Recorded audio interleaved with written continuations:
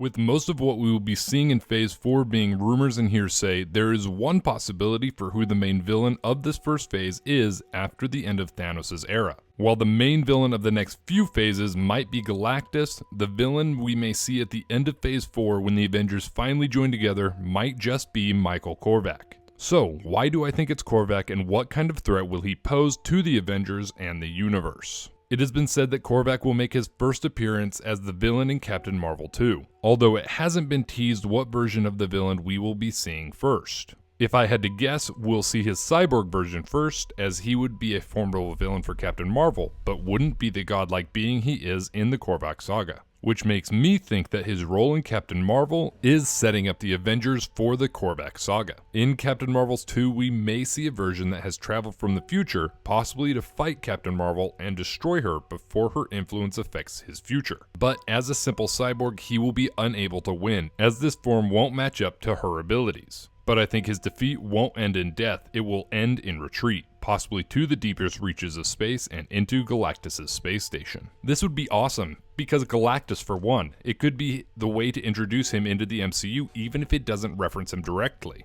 But for Korvac's story, it could also reveal Korvac's rise to a cosmic entity. In the comics, Korvac is just a man from another time and another universe, who fled through time to escape the original Guardians of the Galaxy and Thor. Upon entering Universe 616, he found himself inside Galactus' enormous space station. Being a criminal and a villain who had an immense lust for power, he decided then was the time to steal some info from this godlike station which he recognized as Galactus's, knowing it could be a good resource as he sought power and revenge. But upon downloading the information, he found that the info was truly power, knowledge of the boundless infinity. The process changed Korvac into a god, changing his life and his motivations forever. His new goals were now to try and shape the universe for the better, in his image, so that he could correct all the injustices he saw that brought ruin to his own future. He worked in secret against eternity, the embodiment of the universe itself, changing things a little bit here and there and trying to avoid the gaze of other godlike beings like Odin, Zeus, and Mephisto,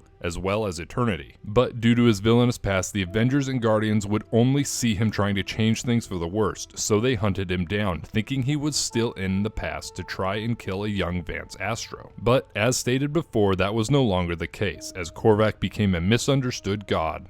He was able to keep his secret from the Avengers and the Guardians for a time, avoiding them so he could enact his plan in secret to avoid the gaze of other cosmic entities as to continue his task to reshape the universe. When originally confronted by Starhawk, who hunted him down on Earth, the end of the fight leaves Starhawk, who also has powers of a god, with no memory of the encounter and without the ability to even perceive of Michael Korvac.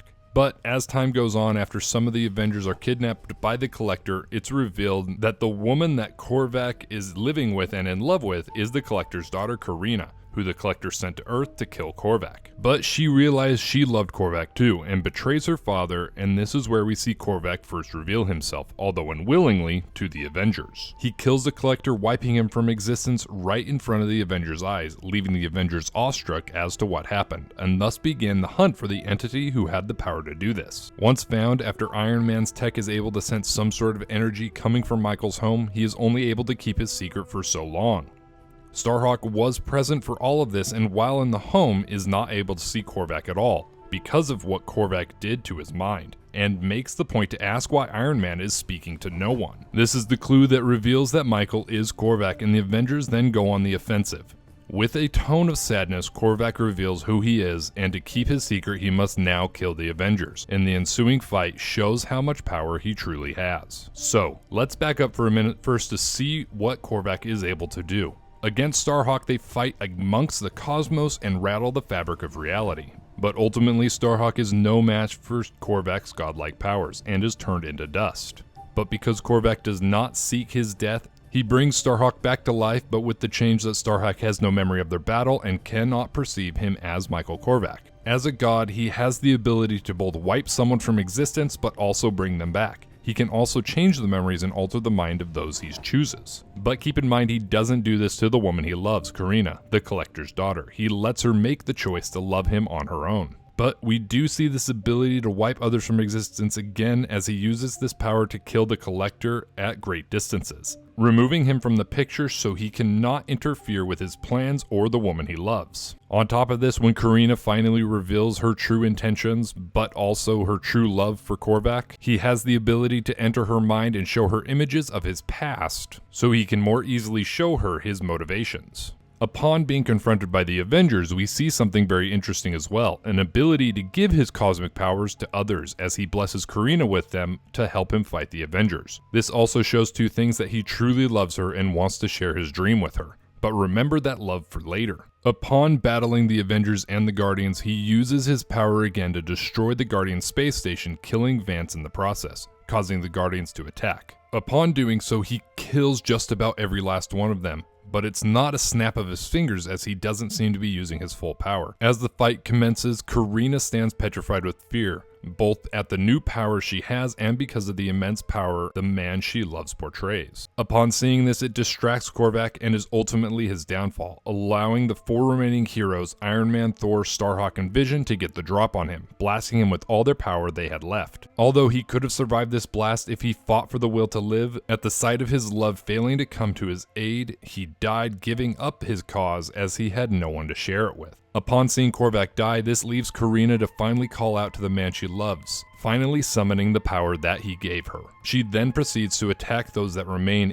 incapacitating all of them but Thor, who, while wielding Mjolnir, takes her down as Mjolnir acts on its own to kill her as she left herself undefended, seeking to join in death. After this battle, a scared Moonstone comes from the sidelines and reveals that Korvac was not the villain they took him for, and upon his death, even brought back to life all the heroes that he killed, although they all were still gravely injured. Moonstone also reveals that all he wanted to do was release all beings from the whims of eternity. He had no desire to rule or even interfere with anyone's free will. This ends with Moonstone asking Thor to assume his identity of Dr. Donald Blake to help take care of the Avengers' wounds. But as he does, she erases the memory of what she told him. So she alone would have knowledge of Korvac's true goal, and she alone would have to face it. So Korvac had the power of a god. He could do and was planning to do awesome things in the universe to help those who resided in it. But his human emotions were ultimately his downfall. His love for Karina and seeing her freeze when he needed her was his ultimate demise. If we see a new version in the MCU, however, a lot of his story may change, especially because Karina is dead. But then again, his goals could be the same and he might find another who he loves and may love him back. But there is also the possibility that he is still just a villain. Either way, whether he's a villain or an understood god, there is no way Captain Marvel will be able to face off against him and come out on top on her own. After all, he appears to display more power than all of the Infinity Stones together, and she only has power of one. She could probably take him on fairly easily as a cyborg,